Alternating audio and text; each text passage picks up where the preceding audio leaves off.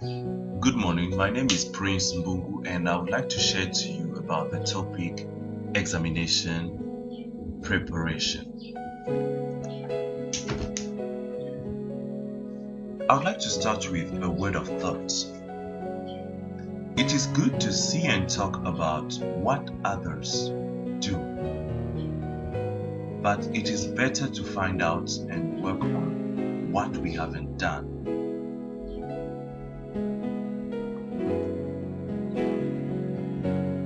Preparing for the examination is an important process that starts from the very beginning of the semester and ends up at the final examination day.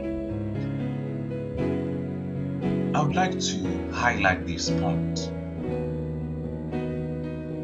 An exam is never prepared a week before the date you are going to sit for the paper.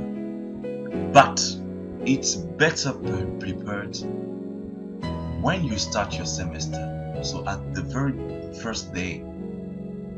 That's why I would like to give some few tips that will help all of us to prepare well for our examination. So let's go, please. Our first tip is plan for the whole semester. The second one is start to work as early as possible. And the third one will be ask for help when needed. So let's discuss about them one after the other. Plan the whole semester. I would like to say something. Don't think about the semester, but rather plan about it. What do I mean? Sometimes we think, okay, I'm in semester 2 or semester 3. Yeah, it's good. But that's not all. You should be planning about it. That's why I gave example, make timetables, make reminders. You have to plan for it, like you sit down and see, this semester I have 4 or 5 subjects to study, so I have to study them. So this will be my timetable. I would like to do this, and this. So you sit for it, you think about what you want to reach, because dreaming of an A is good, but planning to get an A, it's better. That's why I would like all of us to plan, to write about it, to sit down, to go about what we need to do to reach that examination well prepared, not anxious, not stressing about it or worrying. And then the second point is, while planning, make it as attainable as possible. For instance, plan for your daily activities that will be related to the weekly, the monthly, and those of the semester. What do I mean by that? You have to plan, daily. Maybe I'd like to read a topic daily. For instance, I'm going to talk about semester 6. We have 3 classes which start from Wednesday to Friday. So let's take an example. On Wednesday we have management development. So I can revise management development on that same day because the class is at 6. So in the morning I can make a revision, study about it. So which will be on Wednesday I have to study or revise management development. On Thursday I will revise technology management, and on Friday I will revise the role of international financial institutions. And going back, when I go again to Monday, I'll have to discuss about maybe to study technology management, and Tuesday, I can study either role of international financial institutions or management development. So this will help me have a daily first of all, which I know what I have to study daily, and it will help me have a weekly. So I know through the week I've studied at least 2 times each topic. And also it will help me go monthly, which means monthly I know if I am going in a certain pace, I can study at least 2 to 3 units or 4 units, even 5 or 6, based on how I'm studying, on how the process of studying is going on. Also I would like to insist on reminders.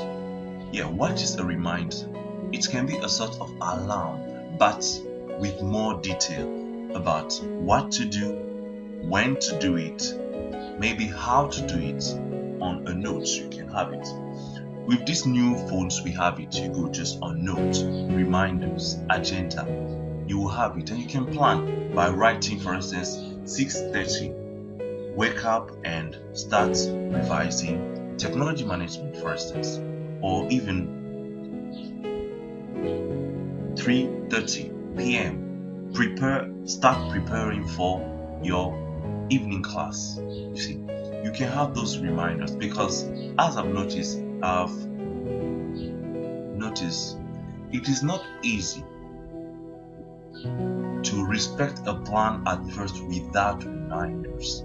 And a reminder can also be a person. You can ask to a friend or a sibling, please, I want to respect this, so if you are awake at this time, please let me know, just wake me up, because I would like to work on it.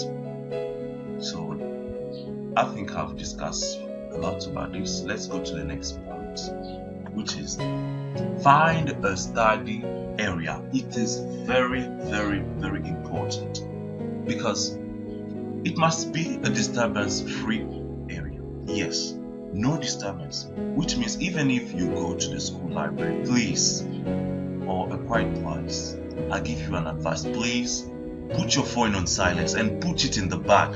Don't even have it on you, because it will always distract you. Please, let me tell, always, unless you have an important call. But if it's just because you want to receive your WhatsApp messages or check your Facebook status and stuff like that, it will not be helpful. Put your phone on your bag, please. The next point is start working as early as possible. Most of the time students start with their material studies not long before the examination day. And that habit must be changed, because first of all, it is stressful, it is demanding, it is for short-term memorization, it is not helpful. Oh yeah, it's not helpful, not at all, because if you study a week or 2 weeks before examination, you will stress yourself out. Let's take this semester for example.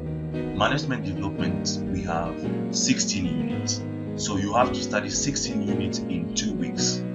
That's just for management development. And when you go to technology management, it is 14 units plus the 16, it gives you 30 units to study in 2 weeks, plus the 14 units in the 15 units in role of international financial institutions, so which makes it more than 45 or 46 units to study in 2 weeks. Can you imagine yourself studying those, and you expect to be able to memorize all of this? It's not possible, because memorization is a very long process that I think I will discuss in my next my next presentation that I'm planning to. And it is not helpful, because once you finish doing that, you come to examination, you don't remember anything. So please change that habit. It's better for you to study as early as possible. Start studying. When the semester comes, you start studying unit by unit, going step by step. Don't be rushing, because studying means not only reading about it, but reading and understanding for you to be able to recall it when needed. Let me say it again. Reading and understanding a material for you to be able to recall it when needed. That's studying. So if you are not able to recall or remember at least 50% of what you read about something, go again, read it and try to understand it. Give example to yourself. Try to put it in a context. It will help you. At that time, you'll be able to memorize it, and for the long term. Let's go. Ask for help when needed. Also, an important point. Today's students find it difficult to admit that they need help, and that's true because I'm a student. I know what I'm talking about. It's very difficult for our students to ask for help. We want to show that I know. But I would like to assure you something. Some others, they don't ask for questions, they don't ask for help. Why? Because they don't even bother studying the materials. Because if you've been studying your materials, you've been studying your subject, you will know that I don't understand this. What is this? What is that? Why did they put this? You will have questions, and then you can go to someone, be it a friend, or classmates, or even a lecturer for better explanation and clarification of things.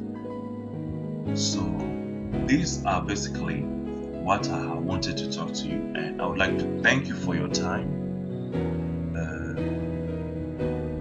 Any questions, free for all the questions, and I will be glad to help you by answering them. Thank you and goodbye.